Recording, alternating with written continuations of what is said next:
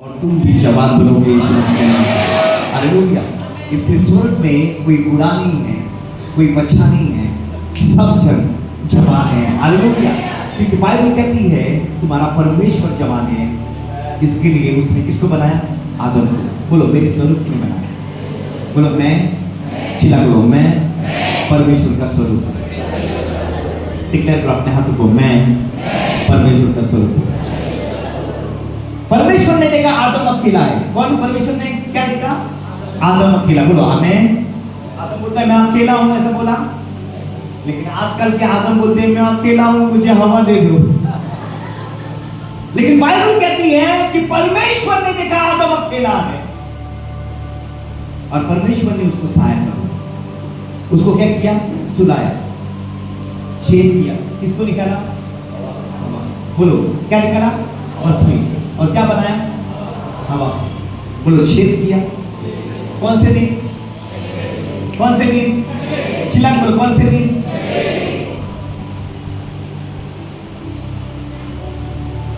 यीशु प्रभु कलवरी क्रूस पे हफ्ते का कौन से दिन में मरा? साबात लगने वाला है, तो कौन से दिन में मरा?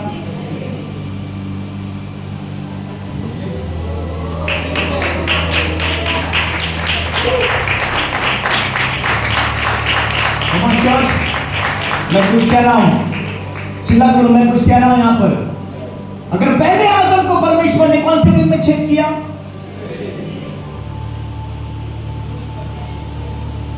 छेद किया और क्या देखा? लहू और पानी। जब लहू और पानी आता है तो किसी का जन्म होता है। हालेलुया। मतलब परमेश्वर कह रहा है मैं वहां पर मैंने हवा को निकाला और यहां पर मैं अपनी कलीसिया को निकाला। हालेलुया। जोर से बोलो हालेलुया। चिल्ला कर बोलो हालेलुया। और जैसे आदम के सामने आया, पहले आदम के बाद उसने अपना हाथ रखा और बोला तू मेरा हड्डी का हड्डी है। और तो प्रभु यीशु जब अपनी हवा को देखेगा तो क्या बोलना चाहिए? अगर वो कहता है तू मेरा हड्डी का और मांस का, तो यीशु प्रभु कौन है? आदि में कौन था? तो बोलेगा अपनी हवा को देखकर तू मेरा वचन का वचन है और आत्मा का आत्मा है। मतलब परमेश्वर जिस दुल्हन को बनाना चाहता है उसके अंदर वो वचन भी देखना चाहता है, उसके अंदर आत्मा भी देखना चाहता है।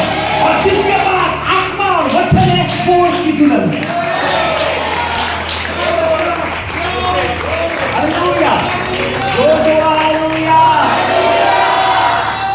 इस आदम की शादी कौन से दिन में हुई? छठी। तो इस आदम की शादी कौन से दिन में होगी?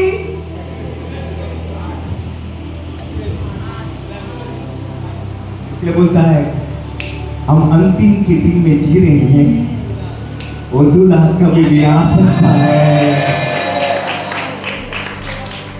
देखो मैंने सब कुछ बताया कैसे प्रभु ने उस सृष्टि के अंदर भविष्यवाणी की। अगर ये छठा दिन में शादी कर सकता है तो इसकी भी शादी कौन से दिन में होनी चाहिए? बोलो शादी के बाद कौन आया? सब जरा अपने हाथ ऐसे करो। शादी के बाद कौन आया?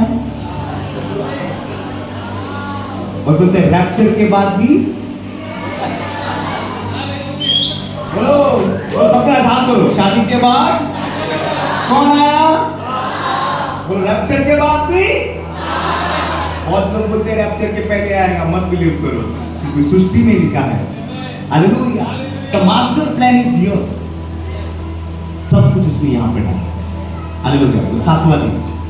बोलो 6 दिन मनुष्य को। सातवां दिन किसका? चिल्ला कर बोलो सातवां दिन किसका?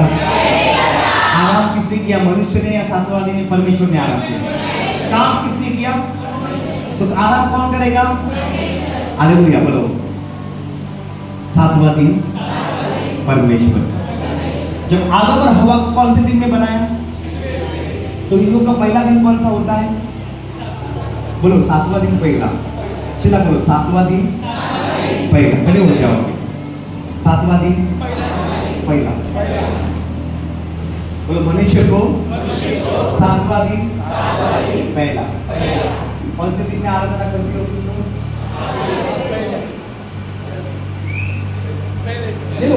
आपका है, आप आराम जिस दिन करते हो वो आपका 7वां दिन हो गया। ओके, हाँ ना? कौन से दिन में आराम करते हो? बोलो, संडे नहीं आओगे, बाकी के 6 दिन भूल जाओगे। पानी, मछली कितने दिन में बनाया? इसके प्रभु बोलता है आदम और हवा रचने के बाद प्रभु के घर में पहला है, और इसके लिए प्रभु ने बोला उन लोग को अभी जो भी मैंने रचाया है ये सब कुछ आपको मिलेगा। इसके लिए मैं आपको कहना चाहता हूँ, पहला दिन उन लोग को बनाने के बाद, 6वें दिन में बनाने के बाद 7वां दिन प्रभु के घर में, और तुम प्रभु के घर में पहला दिन आओगे, प्रभु आपको बाकी के 6 दिन आशीष के देगा। अगर तुम पहला दिन ही प्रभु के पास नहीं आते हो तो आपके 6 दिन आशीष के लिए होते। बोलो 7वां दिन बाकी है, चिल्ला लो 7वां दिन बाकी है, चिल्ला लो 7वां दिन बाकी है। इसके लिए 1000 साल बाकी है। यीशु प्रभु धरती के ऊपर कितने 1000 साल राज करने वाला है? 1000 साल। वो कितना दिन किसका है? वो परमेश्वर का है। इसके लिए वो 7वां दिन राज करेगा धरती के ऊपर। उसके पहले प्रभु बोलता है आप 7वां दिन आओगे तो 1000 साल में जाओगे, नहीं तो नहीं जाओगे, आप बैठ जाओगे सबसे। हालेलुया। 7 दिन के बारे में मालूम हो गया? आया ना? बैठ जाओ बेटा। आइए हम वचन में जाए। प्रभु धन्यवाद करते हैं। सब जन अपने आंखों को बंद करो इस समय। प्रभु हर एक व्यक्ति को तो छू लेना तेरा कार्य होने को प्रभु, तेरा अद्भुत कार्य किया मान।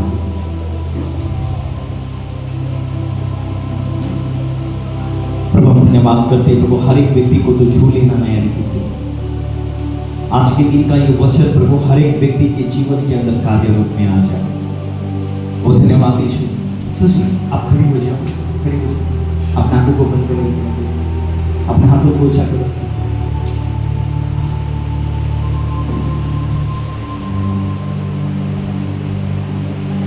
मैंने आपके ऊपर 3 बार एक बहुत बड़ी रोशनी को देखा इस समय। प्रभु कह रहा है, मैं शेयर कर रहा था, तो चुनी गई है बेटी, तो चुनी गई है। परमेश्वर आपको अद्भुत से भरेगा। मैं देख रहा हूं तो जो रोशनी है आपके ऊपर तेज होती जाती है। मैंने सोचा कि आपको मैं बाद में प्रार्थना करूं, लेकिन प्रभु मुझे बताने के लिए कह रहा है मेरे अनुग्रह आपके लिए काफी है। मैं तुझे बनाऊंगा, तू निराश मत होना। मैं तुझे ऊंची तरफ लेके जाऊंगा, मैं तुझे विजय ना दूंगा। प्रभु कहता है आज के बाद तू नई विजेता को देखोगी यीशु के नाम से।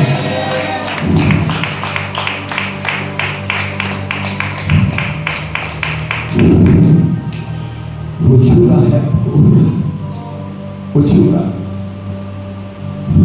भरते इस महल को प्रवेश भाषा भरते प्रवास के लिए एक नए ताजगी से भरते प्रवेश भाषा, एक नए ताजगी से तू भरते प्रवेश भाषा।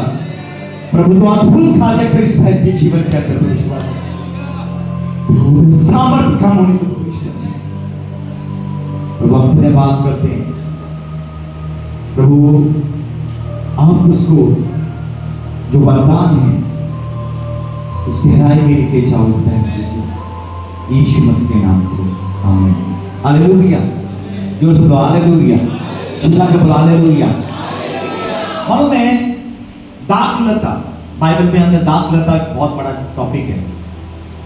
अब प्रभु ने, हम सोचते हैं कि झाड़ क्यों दिए प्रभु ने। बाइबल के अंदर सब मिलाकर 22 झाड़ है, 28 झाड़ सब मिलाकर है, लेकिन 22 झाड़ जो बाइबल के अंदर है बहुत इंपॉर्टेंट है। और 22 नंबर बाइबल के अंदर का मतलब जो बुक ऑफ रेवलेशन है 22 है, और इब्रानी जो लेटर्स होते हैं 22 वो परमेश्वर के अलेफ टू ताव तक जो लेटर्स है वो बाइबल के अंदर भी मेंशन है, और वो लेटर्स, हर एक लेटर्स में प्रभु यीशु का नाम। लेकिन मेरा आज बोलने का कारण ये है कि जो दाखलता है, और हम एक दाखलता हमको कैसे मिली, ये दाखलता किसके पास थी, हम ये कलीसिया के अंदर क्यों है, अब आज गॉड का वो प्लान को देखेंगे। और परमेश्वर ने आपको हर एक को यहाँ पर इसके लिए रखा कि बहुत लोग नहीं जानते हैं कि परमेश्वर ने उन लोगों को क्यों चुना। मैं एक बार ये कहना चाहता हूँ, हर एक व्यक्ति यहाँ पर जो भी है, चाहे आप चंगाई के लिए आए हो, चाहे आपके जीवन के अंदर चमत्कार के लिए आए हो, चाहे आपके जीवन के लिए हर एक कौन सा भी प्रॉब्लम्स के लिए आप कलीसिया के अंदर आए, लेकिन उससे बढ़कर मैं आपको कहना चाहता हूं सबसे बड़ा जो मिरेकल है आपके लाइफ के अंदर, वो है उद्धार का, वो है साल्वेशन। और साल्वेशन जैसा इस संसार में कोई मिरेकल नहीं इतना ही बड़ा, या कोई भी चमत्कार नहीं, उद्धार ये सबसे बड़ा मिरेकल है आपके जीवन के अंदर। हालेलुया। सब लोग कह सकते हैं हालेलुया। मैं चाहता हूं प्लीज एटलीस्ट तो हालेलुया बोल सकते हो। मैं जैसा हाथ ऊपर करते हो ना, तो जोर से हालेलुया कह सकते हो। हालेलुया। देखो यहाँ पर परमेश्वर, ये उसका राज्य है, और वो किंगडम में कहता है, इसलिए बाइबल कहते हैं यूहन्ना अध्याय 15:16, मैंने तुमने मुझे नहीं चुना, मैंने आपको चुना। और इसके लिए परमेश्वर कहता है इस संसार का जो भी राज्य है, संसार का जो गवर्नमेंट है, हम वोटिंग करके लाते हैं और वो गवर्नमेंट आता है, हम वोट देते हैं और वो गवर्नमेंट चुन कर आता है। मतलब तुम अपने राजा को चुनते हो, लेकिन बाइबल में ऐसा नहीं लिखा है। बाइबल में ये कहता है राजा अपनी प्रजा को चुनता है।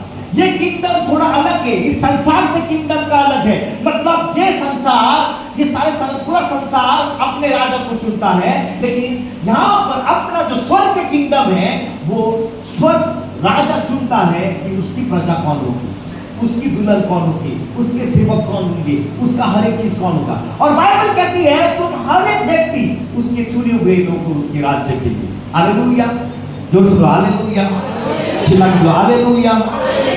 और मैं एक जेनेसिस राजा था बाइबल के अंदर, उसकी शादी हुई थी वास्ती के साथ। किसके साथ शादी हुई थी? वास्ती के साथ। लेकिन वास्ती ने इनकार किया एक दिन राजा के सामने आने का, तो राजा ने उसको डिवोर्स दिया। उसने कहने लगा मैं अकेला हूं, अभी मुझे रानी चाहिए। तो उन लोग ने क्या किया, वो राजा बाइबल में कहता है 127 प्रांत के ऊपर राज कर रहा था बुक ऑफ एस्टर में, और भारत देश में उसके अंदर था। मतलब 127 प्रोविंसेस के ऊपर वो राज्य करता था, मतलब उसका किंगडम भारत देश तक था। और उसने क्या किया, पूरी सुंदरता, हर एक राज्य की सुंदरता को लेके आया और उसके राजमहल में रखा। और उसने बोला सारी जो कुमार लड़कियों को लाकर उसके राजमहल में रखा, और उन लोग को 6 महीना उसने अपना गंधरस से उसने धोया, और 6 महीना उन लोग को तेल से धोया। तो परमेश्वर जहां पर वो राजा ने क्या किया, 1 साल वो सारी स्त्रियों को, सारे जवान लड़कियों को उसने क्या किया, धोकर शुद्ध किया। और शुद्ध करने के बाद वो जो बाहर के लोग थे सारे जन, उसने रानी करके चुना नहीं, उसने वेट किया। कितना साल वेट किया? 1 साल। तो आपने हाथ ऊपर करो, कितने साल? 1 साल। क्यों वेट किया 1 साल? क्योंकि वो जो लोगों को लेके आया था, वो सारे प्रांत के लोग थे, वो सुंदर थे, लेकिन उन लोग को उस राजमहल के तौर तरीके नहीं सीखे थे। उन लोग को जो राजमहल में रानी कैसे रहती है, उन लोग को तौर तरीके नहीं सीखे थे। और परमेश्वर ने वहां पर राजा ने उन लोग को 1 साल उन लोग को धोकर शुद्ध किया तेल से और गंधरस से, और उन लोग को इतना सुंदर बनाया दोनों उसमें से, क्योंकि वो एक के साथ शादी करना चाहता था। किसके साथ शादी करना चाहता था? कितने लोगों को लेके आया? बोलो बहुत सारे। किसके साथ शादी करना चाहता है? और एक कौन थी मालूम है? एस्तर। एक कौन थी? एस्तर। इसके लिए परमेश्वर कहता है मैंने तुमको सबको चुना और मेरे राज्य में लेके आया, और तुमको आत्मा से और वचन से मैं आपको क्या कर रहा हूं, क्या बनने के लिए? उसकी दुल्हन। सब जन सोच रहे हैं मैं उसकी दुल्हन बनूं। कौन है वो एस्तर? यहां उसकी दुल्हन। आज मैं आपको कहना चाहता हूं उसके किंगडम के बारे में सोचो। आज आपका जीवन जो है वो सबसे इंपॉर्टेंट है। वो एस्तर उस दिन सब लोगों को मालूम था कि सब जन राजा की क्या बनेगी? रानी। लेकिन जिस दिन क्या हुआ, उस दिन एस्तर रानी बन गई और बाकी के सारे लोग किंगडम से बाहर नहीं गए, किंगडम में रह गए, लेकिन वो क्या बन गए? सर्वेंट। इसके लिए मैं आपको कहना चाहता हूँ, आप किंगडम के लिए परमेश्वर ने आपको दुल्हन के रूप में चुना है। और प्रभु कहता है मैं हर एक व्यक्ति को मैं दुल्हन के रूप में देखना चाहता हूँ। अगर आप दुल्हन में नहीं जाओगे तो आप उसके सर्वेंट बनकर रह जाओगे। मैं आपको आखिरी तक, ये तीसरा दिन तक मैं आपको क्लियर करूंगा वो सारा चीजों को। इसलिए परमेश्वर कहता है मैंने आपको चुना है, और इसके लिए परमेश्वर कहता है इस संसार में वो उसके लोग होंगे, उसकी जगह होगी और उसका राज्य होगा, उसके रूल्स होंगे। इसके लिए मैं आपको कहना चाहता हूं, ये आज तुम लोग उसके राज्य के अंदर आए हो तो परमेश्वर कहता है तुम मेरे लोग हो, मैं तुम्हारे लिए अच्छी जगह तैयार कर रहा हूं और मेरे कानून भी होंगे, मेरे लॉज भी होंगे। इसलिए परमेश्वर कहता है कितने लोग तैयार होंगे उस राज्य के लिए, कितने लोग तैयार होंगे उस राजा के राज्य में जाने के लिए। और इसके लिए परमेश्वर ने देखा कि उसका मास्टर प्लान उस विनयार्ड के अंदर डाला है। इसके लिए जो किंगडम है वो यूनिटी किंगडम है, एक यूनाइटेड किंगडम है। और परमेश्वर कहता है कि पिता, पुत्र और पवित्र आत्मा के द्वारा वो बनाया गया है। और बहुत टाइम हम सोचते हैं ये किंगडम क्या है, और बहुत टाइम हम सोचते हैं ये किंगडम कैसे दिखता है। मैं आपको एक सवाल पूछना चाहता हूं सब जन को, क्या आदम और हवा जब परमेश्वर ने बनाए थे क्या वो लोग अंधे थे?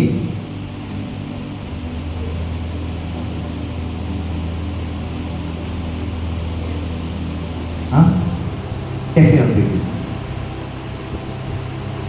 यस, मैं यहाँ पे पास्टर मैं थोड़ा सा सवाल जवाब करूंगा। बोलो क्या आदम और हवा, सब जन बोलो अपने आप, क्या आदम और हवा, सब जन बोलो जोर से, क्या आदम और हवा क्या वो अंधे थे? हाँ या ना? कहां पर लिखा है?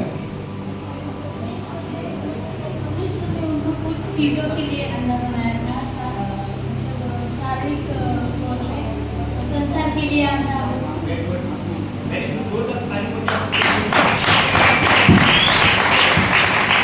हालेलुया, तालियों में भी दम नहीं है।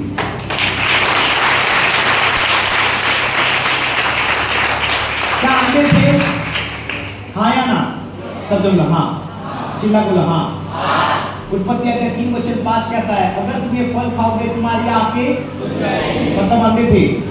हालेलुया, मतलब अंधे थे। जोर से बोलो तुम्हारी आंखें खुल जाएगी। 7वां वचन क्या कहता है?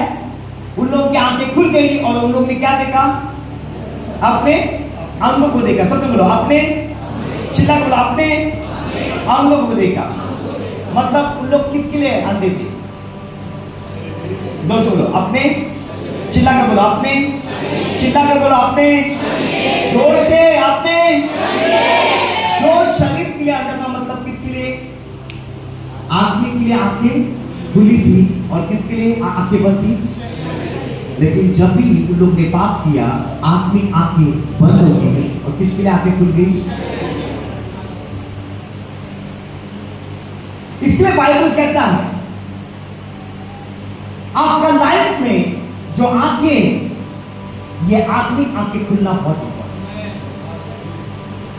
और जब भी आत्मिक आंखें खुली हो जाएगी तो उसका राज्य को देख सकती है। क्या देख सकती हो? बोलो परमेश्वर के राज्य को। कितने लोग परमेश्वर के राज्य को देख रहे हैं? मैं पूछूंगा कितने लोगों को देख सकते हैं? बोलो आत्मिक आंखें, चिल्ला बोलो आत्मिक आंखें बंद होगी। कौन सी आंखें खुली हुई? अगर ये आत्मिक आंखें खुली हुई है तो कौन सी आंखें बंद होनी चाहिए? तो कौन सी आंखें खुली होनी चाहिए? हालेलुया। आइए हम यूहन्ना अध्याय 3:3 को देखेंगे। यूहन्ना अध्याय 3:3।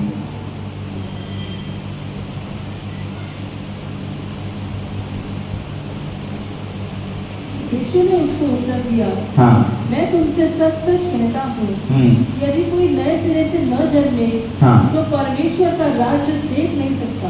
परमेश्वर का राज क्या नहीं देख सकता? देख नहीं सकता। जो कोई नए से ना जन्मे वो परमेश्वर का राज देख नहीं सकता। आज कितने लोग परमेश्वर के राज को देख नहीं सकते? वो परमेश्वर राज के अंदर है। बहुत लोगों की आत्मिक आंखें खुली नहीं हुई है। बहुत लोग, चाहे मैं आपको कहना चाहता करता हो, चाहे उसके जीवन में बहुत बड़ा चमत्कार होता है, उसके जीवन में बहुत सारे कार्य होता है, उसके जीवन में चाहे वो बहुत सारे लोग हो सकते हैं, लेकिन आत्मिक आंखें खुली नहीं, और जिसके भी आत्मिक आंखें खुलेगी वो परमेश्वर के राज्य के लिए ढूंढेगा। हालेलुया। इसलिए बाइबल कहती है पहला ढूंढो स्वर्ग का राज और उसकी धार्मिकता, बाकी सब कुछ आपको मिलेगा। आत्मिक आंखें जिसकी खुली होती है तभी अद्भुत कार्य होने की शुरुआत होती है। और आत्मिक आंखें जब भी खुली हो जाएगी, मैं आपको कहना चाहता हूं, तुम चुप नहीं बैठोगे, तुम परमेश्वर के राज के खोजी बन जाओगे। इसके लिए बाइबल कहती है कि आत्मिक आंखें जो आदम और हवा ने खो दी थी, वो तुम्हें वापस क्या करनी चाहिए? जन्म लेना पड़ेगा। वापस पढ़ना इस वचन को।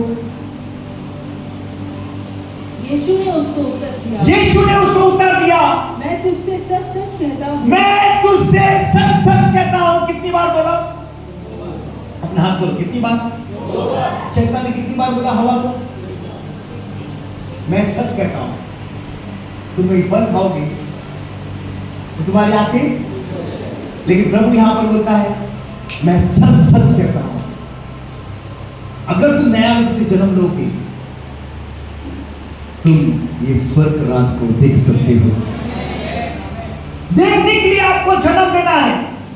सब लोग पानी में जन्म लेते हैं, सब जन आत्मा में जन्म लेते हैं, लेकिन देखने के लिए जन्म होना बहुत जरूरी है। आज कितने सारे बिलीवर्स हैं जो चर्च में आते हैं लेकिन आंखें बंद है, पानी का बपतिस्मा हो चुका है, आत्मा का बपतिस्मा हो चुका है, लेकिन देख नहीं सकते। देखेगा वो उसके जीवन के अंदर अद्भुत कार्य होगा, क्योंकि बाइबल कहती है स्वर्ग राज को देखने के लिए आपको जन्म लेना पड़ेगा। और जन्म कैसा? वो देखने के द्वारा। मैं आपको बात बाइबल कहते हैं बहुत सारे लोग देख सकते हैं लेकिन एंटर नहीं हो सकते। इसके लिए निकोडेमस को परमेश्वर कह रहा था, देखो देखने के लिए भी जन्म है, पानी का भी जन्म है, आत्मा का भी जन्म है, तो ही तुम अंदर आ सकते हो। देखने के लिए भी जन्म होना चाहिए, और पानी और आत्मा ये दोनों जन्म होने के बाद अंदर आ सकते हो। मतलब बाइबल यहां पर क्लियर कट कर रही है, देखने के लिए आपका लाइफ में आपका जो देखना है, आप क्या देखते हो? देखने के द्वारा शुरुआत से पाप हुआ है, और इसके लिए बाइबल कहती है तुम्हारी जो आंखें हैं वो पूरा शरीर का उजाला है। अगर आंखों में प्रॉब्लम है आज, तो पूरा शरीर आपका प्रॉब्लम है। अगर आपकी आंखें सही है तो पूरा शरीर आपका सही होता है। इसलिए आपकी आंखें बहुत इंपॉर्टेंट है प्रियो। अपने बाजू वाले में तेरी आंखें कैसी है? अच्छी है, सुंदर है? जोर से बोलो, सुंदर है कि नहीं? बोलो मैं बहुत सुंदर हूँ। बाजू वाले आपसे बहुत सुंदर हूँ मैं। कॉन्फिडेंस है? आप कॉन्फिडेंस से बोल रहे हो कि आप बहुत सुंदर हो। आपको जैसा भी बनाया प्रभु जी ने आपको सुंदर बनाया। हालेलुया। मैं हमेशा कहता काला हुआ तो क्या हुआ? जगत का उजाला हूं मैं। प्रेज़ लो, जोर से बोलो हालेलुया। चिल्ला के बोलो हालेलुया। सब बोलो आत्मिक आंखें, बोलो सब बोलो आत्मिक आंखें। क्या देख रहे हो? राज्य दिख रहा है, आपको मिरेकल्स दिख रहे हैं, आपको चमत्कार दिख रहा है। क्या दिख रहा है? जब मैं बिलीवर हुआ, पहला 8 साल तो समझा ही नहीं, मैं आराधना कर रहा था, सब कुछ कर रहा था, सब कुछ था, लेकिन समझ नहीं। लेकिन जिस दिन आत्मिक आंखें खुली गई, अद्भुत कार्य होने की शुरुआत है। मैं आपको कहता हूं बहुत सारे लोग, मैं आप लोगों के बारे में नहीं बता रहा हूं, मैं मेरे खुद के बारे में बता रहा हूं। जिस दिन आत्मिक आंखें खुली हो जाएगी, मैं सोच रहा था मैं पवित्र आत्मा में भर रहा हूं, बहुत कुछ हो रहा है मेरे लाइफ के अंदर, प्रभु मुझे सॉन्ग्स दे रहा है, मैं सॉन्ग्स भी लिख रहा हूं, लेकिन आत्मिक आंखें खुली नहीं। लेकिन जिस दिन आत्मिक आंखें खुली हो जाएगी, उस दिन अद्भुत कार्य होने को शुरुआत हो जाएगी। बोलो आत्मिक आंखें। अब महावादी को मत बोलो, आत्मिक आंखें। अपने आंखों को ऐसे रखो, आत्मिक आंखें। आज तुम्हारी आत्मिक आंखें खुली, और जब आत्मिक आंखें खुली हो जाएगी, आप परमेश्वर के अद्भुत कार्य को देखोगे। इफिशियन अध्याय 1:18, इफिशियन अध्याय 1:18। और तुम्हारे मन की आंखें ज्योतिर्मय हो, हाँ। कि तुम जान लो कि उसकी बुलाहट की आशा क्या है, हालेलुया, और पवित्र लोगों में उसकी निराश की महिमा का धन कैसा है। हालेलुया। वापस पढ़ना सिस्टर, इफिशियन 1:18। और तुम्हारे मन की आंखें ज्योतिर्मय हो, तेरे मन की आंखें क्या हो? एनलाइट। तेरे मन की आंखें भी है, जिस दिन वो खुली हो जाएगी आप उसका राज्य को देख सकोगे। इसलिए परमेश्वर ने एक अंधे व्यक्ति को हाथ लगाया और उसको कहने लगा तुझे दिख रहा है? वो कहता है मुझे दिख रहा है, लेकिन सारे लोग मुझे किसकी तरह दिख रहे हैं? पेड़ के समान। मतलब उसके परमेश्वर ने उसके जीवन में कुछ नहीं किया। परमेश्वर उसको कह रहा था कि तेरे लाइफ के अंदर हुआ है, लेकिन ये पेड़ जो इंसान है, इसके लिए प्रभु बोलता है पेड़ के बारे में, और इसके लिए परमेश्वर ने अपने 22 पेड़ दिए हमें उसको समझाने के लिए। और मैं 3 दिन उन पेड़ों के बारे में बात करूंगा कि परमेश्वर क्यों ये अंधे व्यक्ति को हाथ लगा के पहला सब झाड़ दिखते हैं। परमेश्वर ने उसकी आंखें क्यों खुली थी? जब उसकी आंखें खुली थी तो बोलता है, उसको बोलता है मैं पेड़ तो वापस परमेश्वर ने हाथ लगाया और बोला अभी क्या दिख रहा है? तो बोलता है अभी मेरे को सही मनुष्य दिख रहा है, सब क्लियर हो रहा है। मुझे पहले हाथ, प्रभु का पहला हाथ लगाया, कुछ नहीं हुआ ना? क्या हुआ? धुला। इसलिए परमेश्वर ने पहली बार आपको छुआ है, अभी भी क्या दिख रहा है आपको? बोलो दूसरा टच चाहिए। हर बिलीवर को सेकंड टच चाहिए। बाजू में बोलो दूसरा टच। पहले टच में कुछ नहीं होगा, आप आओगे सब धुला ही दिखेगा। हालेलुया, जोर से हालेलुया। कल रात को हम लोग का एक डिस्कशन हो रहा था। एक पास्टर ने कहा, सवाल पूछा, पास्टर चर्च में देने के लिए हम कितना % डालते हैं? हम 10% डालते हैं। तो न्यू टेस्टामेंट में ऐसा लिखा नहीं है, तो न्यू टेस्टामेंट में कितना? तो मैंने बोला 100%। वो बोले लगा क्या? वो पास्टर टेंशन में आ गए। हाँ, मैंने बोला पूरा 100%। कितना?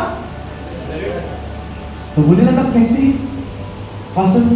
और बहुत खुश भी हुआ अंदर से। हालेलुया। मैं क्यों बोल रहा हूं? मैं सच्ची बात बोल, न्यू टेस्टामेंट में विधवा ने कितना डाला? 2 पॉइंट सब डाला। प्रभु बोलते एक धनवान व्यक्ति को बोलता है सब कुछ, और किसको डाल? हाँ, और बाद में किसके पीछे डाल? कम ऑन, न्यू टेस्टामेंट पूरा 100% है। हालेलुया। बोलो तुम लोग को ताली नहीं बज रहा, तुम टेंशन में आ गए। हालेलुया।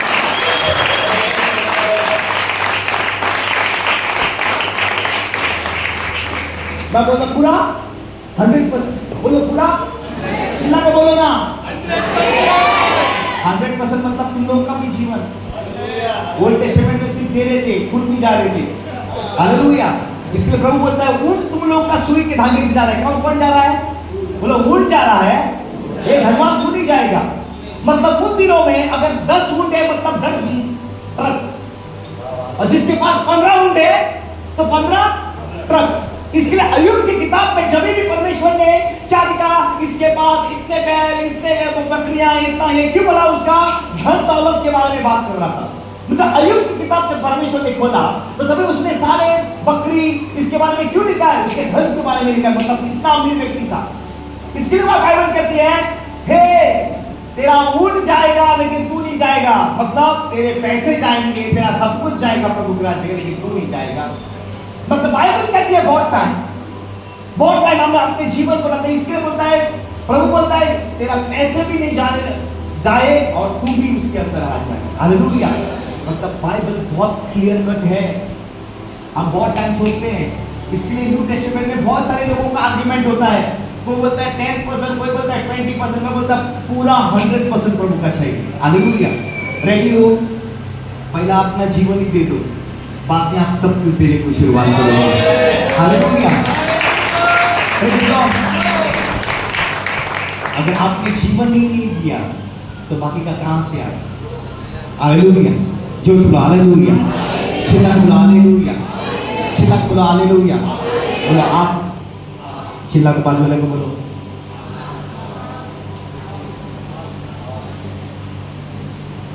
ये आंखें बहुत धोखा देती। Praise Lord hallelujah. बोलो ये आंखें अपने हाथ में को बोलो अपने हाथ में ये आंखें बहुत धोखा देती।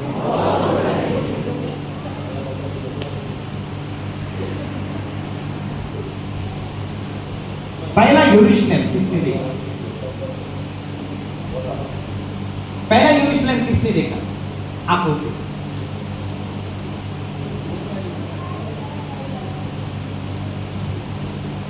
बोलो पहला यरूशलेम किसने देखा? हाँ? पहला यरूशलेम किसने देखा? Very good. अब्राहम।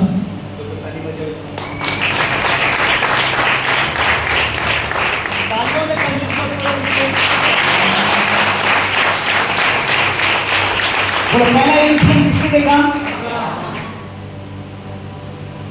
वो खुद कहता है मैं कौन हूं? परदेसी। तुम लोग कौन है? और ट्रेन में कौन गाता है? हालेलुया। बोलो हम परदेसी। जो भी कुछ है किसका है? परमेश्वर। आइए हम इस कहानी के अंदर जाएंगे। बोलो आंखें, बोलो आंखें। आज अपना हाथ लगाओ और बोलो प्रभु मेरी आत्मिक आंखें खुला कर। हालेलुया। बोलो मेरी आत्मिक आंखें खुला कर दे। चिल्ला कर बोलो हालेलुया। जोर से हालेलुया। परमेश्वर ने एक अच्छा विनियार्ड लगाया और परमेश्वर कहता है मैंने ये विनियार्ड जो है जो दाखलता है मैंने इस्राएल को दिया और इस्राएल उसका दाखलता था और कहता है ये मेरी दाखलता है। क्योंकि सुनो ध्यान से सुनो मैं आपको मैं कहना चाहता हूं ये स्टडी बहुत डीप है। अगर आप ध्यान नहीं दोगे तो आपको समझ में नहीं आएगा। इसके लिए मैं आपको कहना चाहता हूं अपनी बाइबल को निकालो अपने वचन को निकालो लिखते रहो जो मैं दे रहा हूं। ये दाखलता कौन है मालूम है? इस्राएल। और इस्राएल को परमेश्वर ने एक प्लान करके रखा था और परमेश्वर कहता है ये दाखलता कि समान मैंने रखा है इस्राएल को। और वो कहता है ये दाखलता वो बोलता है मेरी। और परमेश्वर ने ये दाखलता आपके पास कैसे पहुंची? आप अन्य जाति थी लेकिन आपके पास कैसे पहुंची? अब बहुत टाइम सोचते हैं कि ये दाखलता कैसे हम लोग के पास है। और इसके लिए परमेश्वर ने क्या किया? ये दाखलता को मिस्र देश से बाहर निकाला। कहां से निकाला? मिस्र देश से बाहर। और ये दाखलता परमेश्वर ने मिस्र देश से बाहर लाकर कनान में लगाया। एक बहुत बड़ा प्लान है परमेश्वर का। मतलब परमेश्वर ने मिस्र देश से निकाल कर लेके आया और वो दाखलता कहां लगाना चाहता है? कनान में। और कनान में बोलता है दूध और मधु क्या होगा? बहेगा। मतलब परमेश्वर कहता है कि ये दाखलता ये आनंदित करेगी और ये दाखलता कनान में आ जाएगी, आशीष हो जाएंगे और ये सारा संसार इस दाखलता के द्वारा पूरा संसार आशीषित हो जाएगा। और ये मेरा राज्य है, ये मेरा किंगडम है। और इसके लिए परमेश्वर ने ये मास्टर प्लान बनाया। उसके आगे हम देखते हैं, हम जाएंगे भजन संहिता 80 वचन 8 से लेकर 11 तक पढ़ेंगे।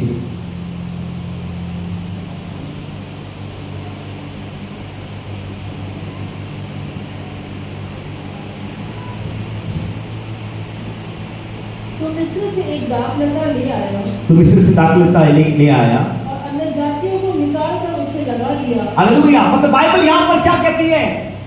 सब तुम वचन पढ़ो। कहां से लेके आया? सब जोर से बोलो कहां से लेके आया? मतलब परमेश्वर ने अपने लोगों को लेके नहीं आया।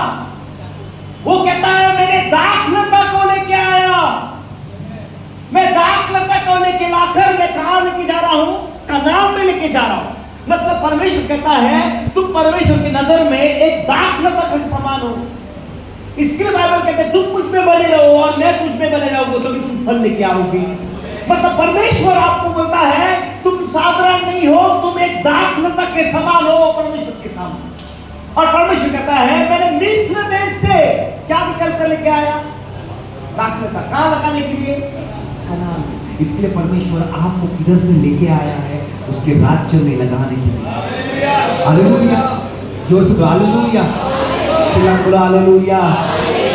बोलो मैं एक दाखलता हूं, चिल्ला बोलो मैं दाखलता हूं। दाख की बारी, सॉरी दाखलता नहीं, दाख की बारी, दाख की बारी में हमें वो दाख की बारी को लेके आना चाहिए। और दाख की बारी कहां से लेके आया? मिस्र से। कहां से लेके आया? चिल्ला बोलो कहां से लेके आया? चिल्ला बोलो कहां से लेके आया? मिस्र से। आगे सिस्टर। तूने उसके लिए स्थान तैयार किया है, हाँ, और उसने जड़ पकड़ी, हाँ, और फैल कर देश को भर दिया। आमीन। सिस्टर वापस पढ़ना वो वचन को शुरुआत से। हाँ, तू मिस्र से एक दाखलता ले आया, तू मिस्र से एक दाखलता लेके आया, और अन्य जातियों को निकाल कर उसे लगा दिया। अन्य जातियों को उसको निकाल कर तूने लगाया। तूने उसके लिए स्थान तैयार किया है, तूने उसके स्थान तैयार किया है, और उसने जड़ पकड़ी, उसने जड़ पकड़ी, और फैल कर देश को भर दिया। और देश को भर दिया। उसकी छाया पहाड़ों पर फैल गई, उसकी छाया पहाड़ों तक फैल गई। और उसकी डालियां ईश्वर के देवदारों के समान हुई। आमीन। उसके आगे उसकी शाखाएं समुद्र तक बढ़ गई। हालेलुया, और उसकी अंकुर महानद तक फैल गई। हालेलुया। मतलब परमेश्वर कहता है मैंने इज़राइल को मिस्र देश से निकाला और मैंने यहां पर आके लगाया क्योंकि वो फूले, फलो, फलदायक हो जाए। मतलब परमेश्वर इज़राइल को एक दाखलता के रूप में देख रहा था, लेकिन इज़राइल दाखलता के रूप में नहीं थी। वो अपने ही कार्यों में, अपने ही चीजों में वो क्या थी? इसलिए परमेश्वर ने, आप देखते हैं जब कनान देश में से निकालते टाइम पे जोशुआ ने 12 जन को भेजा, और उसमें से 12 में से जोशुआ और केलेब भी थे। बाकी के 10 लोग मर गए, लेकिन 2 लोग जीवित रह गए उस दिन। उन लोग ने अच्छा रिपोर्ट लेके आया। बहुत टाइम पास्टर भेजता है, लेकिन सारे लोग 10 लोग नेगेटिव रिपोर्ट लाते हैं, लेकिन 2 जन असली रिपोर्ट लेके आते हैं। Hallelujah, hallelujah. कभी भी ये अभी का प्रॉब्लम नहीं है, पहले से का प्रॉब्लम है। आप किसको भी भेज दो, बाकी के सब जन नेगेटिव रिपोर्ट लाएंगे, लेकिन 2 जन विश्वास का रिपोर्ट लेके आएंगे। हालेलुया। कौन सा रिपोर्ट लेके आएंगे? पॉजिटिव, विश्वास का। पॉजिटिव बोलेगा तो बी पॉजिटिव होता है बाद में वो अलग, लेकिन मैं बोलता विश्वास का। बोलो विश्वास, चिल्ला के बोलो विश्वास। देखो यहां पर बाइबल कहती है कि उन लोग ने वो दाखलता हमको मिलेगी। परमेश्वर वो दाखलता कहां लगाना चाहता है? कनान देश में। लेकिन 40 दिन का कितना साल लगे? 40 साल। कितने साल लगे? 40 साल। मतलब मैं आपको बोलता हूं प्रभु के राज्य के अंदर किंगडम में, वो एक किंगडम दाखलता के रूप में, सॉरी दान की बारी के रूप में। और दान की बारी जब भी लगाएगा तो भी आपके जीवन के अंदर कार्य होने की शुरुआत होगी। हालेलुया, जोर से हालेलुया।